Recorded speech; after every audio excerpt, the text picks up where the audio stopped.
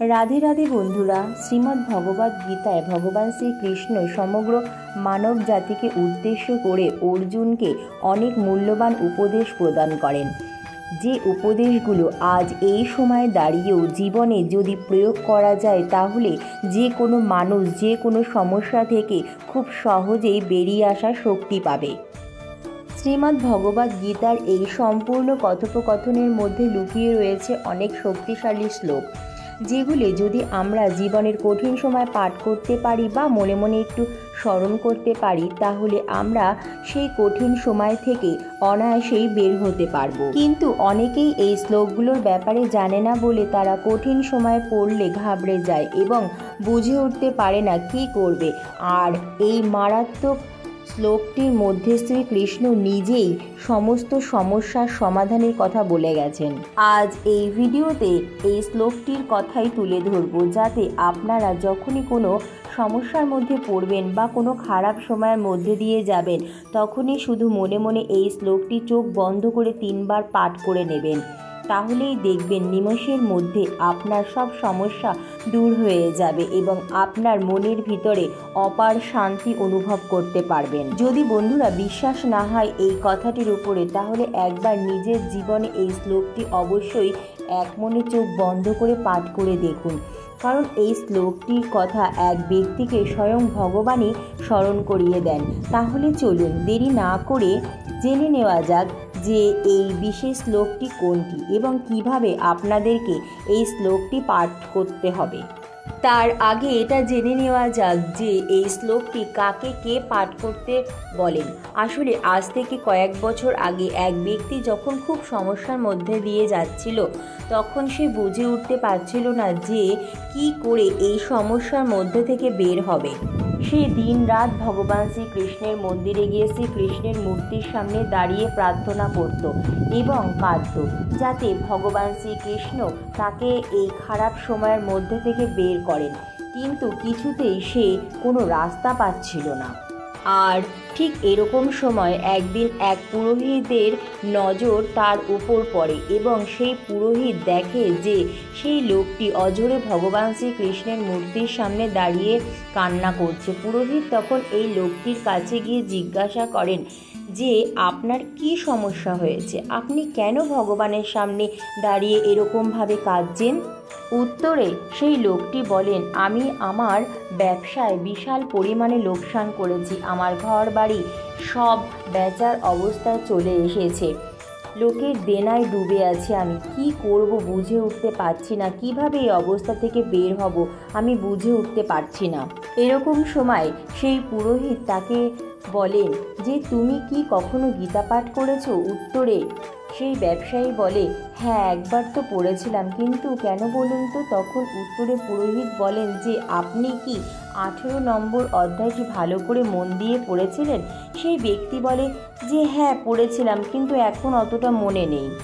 তখন পুরোহিত তাকে বলেন যে যদি মন দিয়ে পড়তেন তাহলে শ্রীকৃষ্ণের বলা এই মহান কথাটি আপনি কখনো ভুলে যেতেন না এবং আপনি অবশ্যই এই সমস্যা থেকে খুব তাড়াতাড়ি বেরিয়ে যেতে পারতেন। তখন লোকটি বলেন যে আপনি কোন শ্লোকটির কথা বলছেন, একটু পরিষ্কার করে আমাকে বলবেন? তখন সেই পুরোহিত তাকে সেই বিশেষ শ্লোকটি বলেন, সর্বধর্মান পরিত্যাজ্য মামেকং শরণং ব্রজ অহং তাং সর্বপাপভ্যো মোক্ষয়িষ্যামি মা শুচ। এই শ্লোকটির অর্থ হলো সর্বপ্রকার ধর্ম পরিত্যাগ করে কেবল আমার শরণাগত হও, আমি তোমাকে সমস্ত পাপ থেকে মুক্ত করব, তুমি শোক করো না। পুরোহিত বলেন তুমি সব চিন্তা ছেড়ে দিয়ে শ্রীকৃষ্ণের শরণাগত হও এবং তার চরণে সব সঁপে দিয়ে আবার সব কিছু নতুন করে শুরু করো, আর যা হয়ে গেছে তা নিয়ে শোক করো না, যা তোমার কর্মে ছিল তা হয়েছে, কিন্তু তাই বলে শোকে ডুবে যেও না। সব চিন্তা দূরে ছেড়ে শ্রীকৃষ্ণের চরণে সমর্পণ করে আবার কাজে লেগে পড়ো, সব ঠিক হয়ে যাবে। আর তিনি এটাও বললেন যে যখনই সমস্যায় পড়বে এই শ্লোকটি মনে মনে 3 বার স্মরণ করবে, তাহলে দেখবে তুমি এক অপার শক্তি ভিতরে অনুভব করতে পারছো।